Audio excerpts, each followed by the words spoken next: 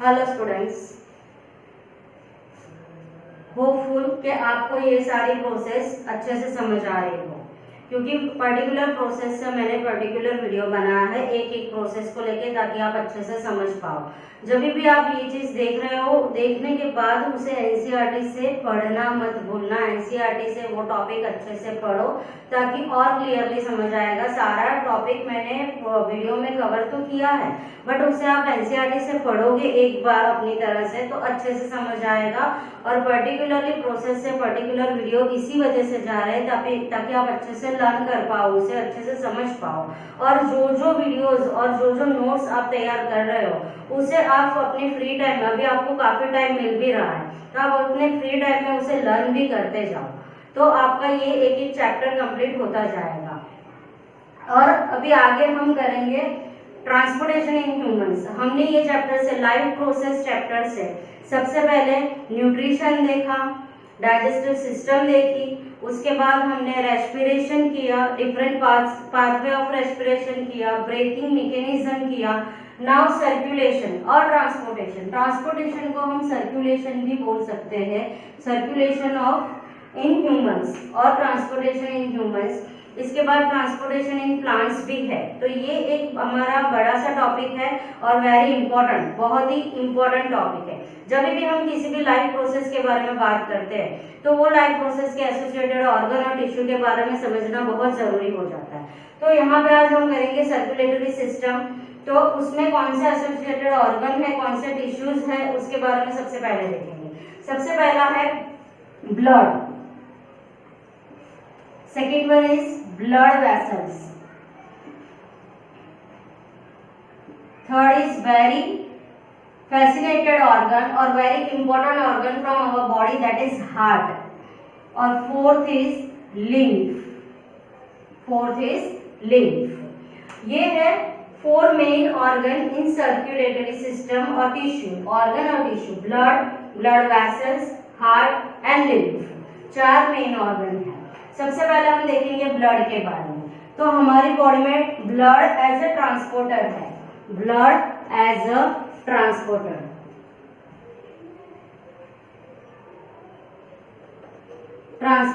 Blood के through ही cells में जो भी अनवांटेड वेस्ट है या कोई जरूरी हमारे मटेरियल्स है, न्यूट्रिएंट्स है, वो सब कुछ, ऑक्सीजन है, डीऑक्सीजनेटेड ब्लड है, ये सब जो ट्रांसपोर्टेशन हो रहा है थ्रू ब्लड हो रहा है। ये बहुत ही इंपॉर्टेंट टिश्यू है हमारी बॉडी का, एक ऐसा टिश्यू जो बहुत ही काम करने वाला है, क्योंकि सबको इसे ही काम भेजते हैं। सेल्स बोल रहे हैं हमारे लिए ये नेसेसरी, हमें ये ला के दो, सारी बॉडी से ये वेस्ट लेके किडनी में डालता है, जो भी न्यूट्रिएंट्स है, ऑक्सीजन है, वो लेके जहाँ जहाँ जरूरत है वहां डालता है। तो सबसे इम्पोर्टेंट टिश्यू ब्लड, जो सबसे इम्पोर्टेंट है। नाउ ब्लड किससे बनता है, तो यहाँ पे हम देखेंगे कंपोनेंट ऑफ ब्लड। सबसे पहला हम कर रहे हैं ब्लड। कंपोनेंट ऑफ ब्लड में उसका जो लिक्विड पार्ट है that is called plasma. Liquid part है उसे हम कहते हैं प्लाज्मा, और ये ही लिक्विड फ्लूइड की वजह से ब्लड आसानी से फ्लो होता है। इसके बाद है आरबीसी, जिसे कहते हैं रेड ब्लड सेल। आरबीसी माने रेड ब्लड सेल, जिसे कहा जाता है erythrocytes. Erythro means red and cytes means cell. Erythro means red and cytes means cell, so it's called red blood cell. Red blood cell में क्या main component है, तो that is haemoglobin से बना है। हीमोग्लोबिन से बना हुआ है, और ये हीमोग्लोबिन एक रेस्पिरेटरी पिगमेंट है जो आसानी से ऑक्सीजन के साथ भी बाइंडिंग कर सकता है और कार्बन डाइऑक्साइड के साथ भी बाइंडिंग कर सकता है, ताकि वो कहीं से भी जिसकी जरूरत है वहां से वो बाइंड करके ले आता है। अगर हमें ऑक्सीजन की जरूरत है तो वो लंग्स से सारा ऑक्सीजनेटेड बाइंडिंग करके ले आता है, और हर बॉडी पार्ट से CO2 बाइंडिंग करके वापस लंग्स पे जोड़ देता है ताकि वो प्यूरिफाई हो जाए। ऑक्सीजन और CO2 के साथ बाइंडिंग कैपेसिटी एक रेस्पिरेटरी पिगमेंट के नाम से जाना जाता है, जो आरबीसी में है। आरबीसी में ये जो है हीमोग्लोबिन, हीम मतलब आयन हो जाता है, और ग्लोबिन का मतलब होता है प्रोटीन। तो हीमोग्लोबिन एक कॉम्प्लेक्स सब्सटेंस है, एक कॉम्प्लेक्स सब्सटेंस है जिसकी वजह से because of this iron red colour का आरबीसी है, रेड आरबीसी में रेड जो कलर है बिकॉज ऑफ दिस आयरन, क्योंकि हीमोग्लोबिन के साथ हीमोग्लोबिन से बना हुआ और हीमोग्लोबिन एक कॉम्प्लेक्स सब्सटेंस है, सो ये आयरन से बना है, so it is red in colour. और हीमोग्लोबिन में ये बहुत ही काफी इम्पोर्टेंट चीज है कि वो बाइंडिंग कैपेसिटी लेता है कि ऑक्सीजन और CO2 के साथ अच्छे से बाइंड कर लेता है। तो ये हो गया आरबीसी। नेक्स्ट है हमारा आरबीसी के बाद दूसरा कंपोनेंट हो जाता है डब्ल्यूबीसी। डब्ल्यूबीसी आर्मी हमारे बॉडी की एक सोल्जर की तरह बॉडी में काम करता है। पहले भी आप छोटे स्टैंडर्ड में भी पढ़े होंगे। इसे हम कहते हैं ल्यूकोसाइट्स, इसे कहेंगे leucocytes. RBC WBC white blood cells that is the soldier of our body, जो हमें किसी भी डिसीज से प्रोटेक्ट करता है। ये एक फेगोसाइटिक नेचर कंक्लूड करता है। फेगोसाइटिक नेचर मतलब क्या? किसी भी चीज को कोई ऐसा जिसे एंगल्फ कर देता है पूरा। सपोज यहाँ पे एक माइक्रो ऑर्गेनिज्म है, तो ये यहाँ से पूरा माइक्रो ऑर्गेनिज्म एंगल्फ कर देगा ताकि वो माइक्रो ऑर्गेनिज्म ही डिसअपियर हो जाएगा और हमें डिसीज होने से बचाता है, प्रोटेक्ट करता है। तो डब्ल्यूबीसी एक फेगोसाइटिक नेचर कंक्लूड करता है। वो फेगोसाइटिक नेचर ताकि वो माइक्रो ऑर्गेनिज्म को अपने अंदर ही एंगल्फ कर देता है और एक सोल्जर की तरह काम करता है और हमें डिसीज होने से प्रोटेक्ट करता है। तो that is very important part. ये है कंपोनेंट ऑफ ब्लड। नेक्स्ट है प्लेटलेट्स। प्लेटलेट्स जिसे हम कहते हैं थ्रोम्बोसाइट, थ्रोम्बोसाइट्स। प्लेटलेट्स जो क्लॉटिंग में काम करता है, क्लॉटिंग के लिए वह यूजफुल है। अगर हमें कहीं से भी कुछ भी इंजरी हो जाती है तो थोड़ी देर के बाद ब्लड क्लॉट हो जाता है। क्यों क्लॉट होता है? क्योंकि ये प्लेटलेट्स जो है बॉडी में जब तक है तब तक कोई प्रॉब्लम नहीं, लेकिन जैसे ही अगर इंजरी से ब्लड फ्लो होने लगता है तो वो जैसे ही ऑक्सीजन के साथ बाइंडिंग होगा वो उसे क्लॉट कर देगा। तो ये क्लॉटिंग प्लेटलेट के हिसाब से होती है। प्लेटलेट क्लॉटिंग करने में, ब्लड को क्लॉट करने में हेल्प करता है। तो प्लेटलेट का मेन फंक्शन है क्लॉटिंग ऑफ ब्लड। ये हो गए कंपोनेंट ऑफ ब्लड। कौन कौन से थे हमारे? प्लेटलेट्स, आरबीसी और डब्ल्यूबीसी और plasma that is the fluid part. RBC को हम एरिथ्रोसाइट कह सकते हैं, ये नोट्स बना लेना आप अच्छे से। और डब्ल्यूबीसी को हम कहेंगे ल्यूकोसाइट्स। क्लियर? यहाँ तक पहला हमारा हुआ blood. Blood is a very important tissue from our body और ये कंपोनेंट ऑफ ब्लड है plasma, RBC, WBC and platelets. Clear? Next हम करेंगे ब्लड वेसल्स।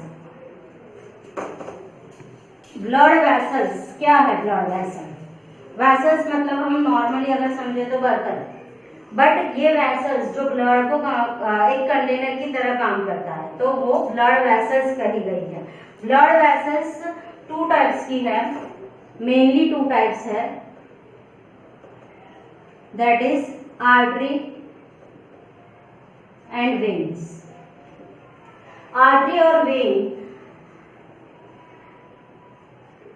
के बारे में अगर देखें तो आर्टरी नॉर्मली हम ऐसा समझते हैं कि आर्टरी ऑक्सीजनेटेड ब्लड को कैरी करती है और वेन कैरी करती है ऑक्सीजनेटेड ब्लड।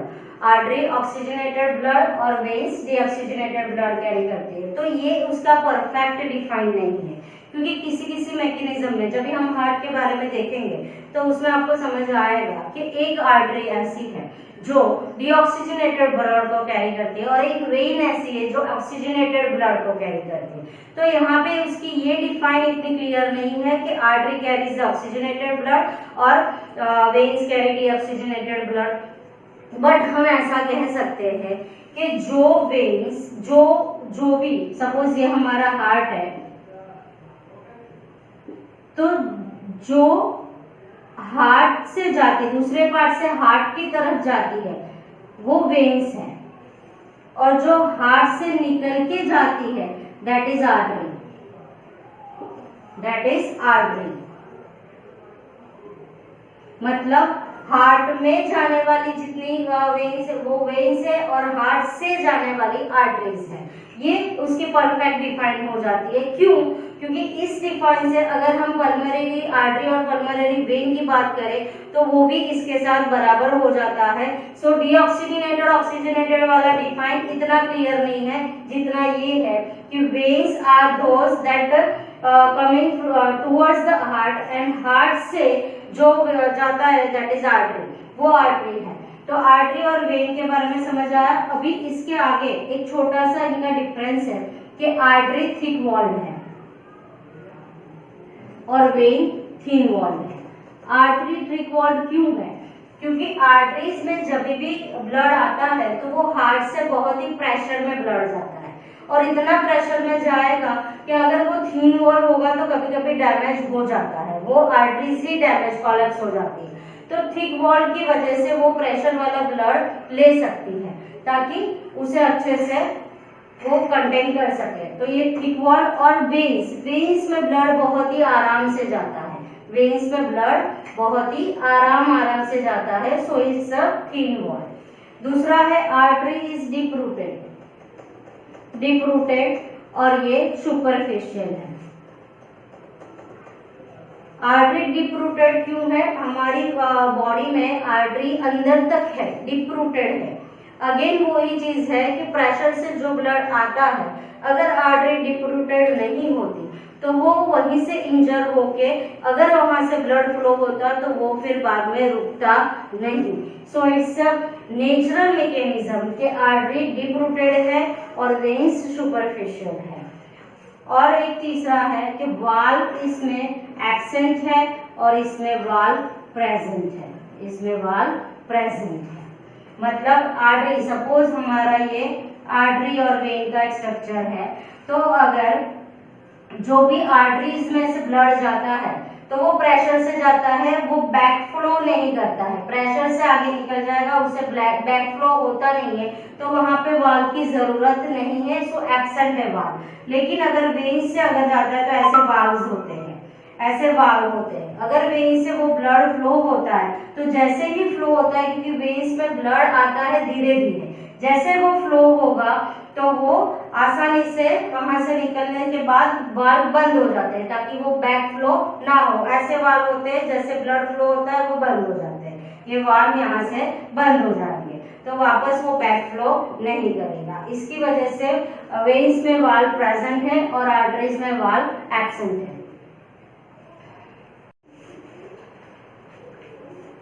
आर्टरी और वेन समझ में आया।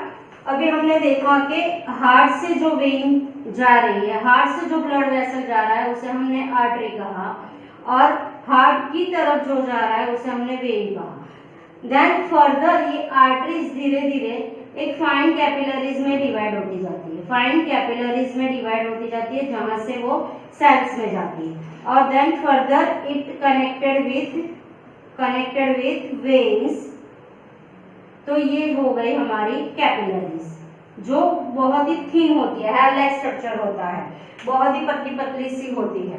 तो जो हार्ट की तरफ जाती है वो वेन है, जो हार्ट से जाती है वो आर्टरी है, और then further divided into very thin hair like structure that are capillaries, जो हार्ट आर्टरी और वेन को कनेक्टेड रखती है, दैट इज कैपिलरी। तो ये हो गए हमारे ब्लड वेसल्स, आर्टरी, वेन और कैपिलरीज। आर्टरी और वेन का एक छोटा सा हमने डिफरेंस भी देख लिया, कभी कभी डिफरेंस पूछा जाता है बच्चों। तो ये है थिक वॉल्ड, आर्टरी में थिक वॉल्ड होता है, वेन्स में थिन वॉल्ड है, आर्टरी डीप रूटेड है, वेन्स सुपरफिशियल है, आर्टरीज में वाल्व एब्सेंट है और वेन में वाल्व प्रेजेंट है। क्लियर। नेक्स्ट हम करेंगे लिम्फ। हार्ट वाला जो पार्ट है, हार्ट वाला पार्ट हम इसके लिए अलग वीडियो बनाएंगे क्योंकि ये पूरा सर्कुलेटरी सिस्टम है।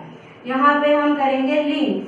लिम्फ एक ऐसा टिश्यू है, एक सेल्यूलर एक्स्ट्रा सेल्यूलर टिश्यू है जो ब्लड के सिवा एक ऐसी लिम्फेटिक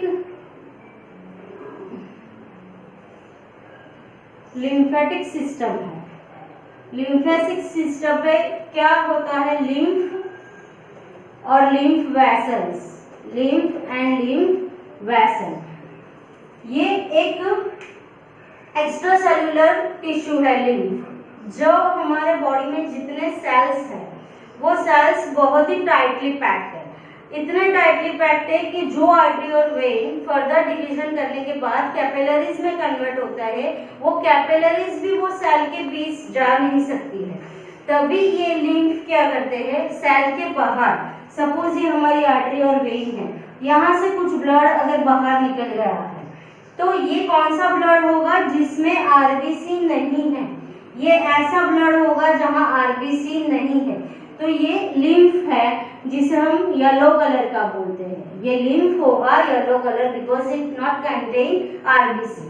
तो ऐसे ब्लड में क्या होता है, ये लिम्फेटिक वेसल्स जो है, लिम्फ वेसल्स, वो यहाँ से एक्स्ट्रा सेल्यूलर टिश्यू है।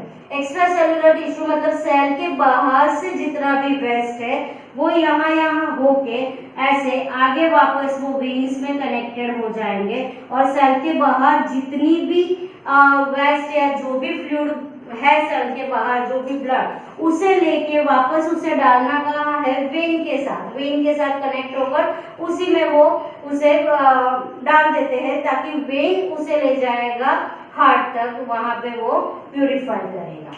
तो ये चीज है लिम्फेटिक सिस्टम, जिसके कंपोनेंट है लिम्फ एंड लिम्फ वेसल्स, जो एक्स्ट्रा सेलुलर फ्लूइड है, जो एक अलग से काम हमारी बॉडी में करता है। जहाँ पे हमारी आर्टरी, वेन और कैपिलरीज नहीं पहुंच सकती, वहां पे ये लिम्फ वेसल्स काम करते हैं। जो सेल के बाहर एक्स्ट्रा कोई फ्लूइड है वो एक्स्ट्रा सेलुलर फ्लूइड यहाँ से लेके वेन में डाल देते हैं। ये है लिम्फेटिक सिस्टम।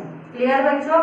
नेक्स्ट वीडियो में हम करेंगे हार्ट, जो हमारी बॉडी का एकदम फैसिनेटेड ऑर्गन है, जिसके without heart we can not survive. उसका फंक्शन कैसे होता है वो हम हमारे नेक्स्ट वीडियो में करेंगे। Thank you.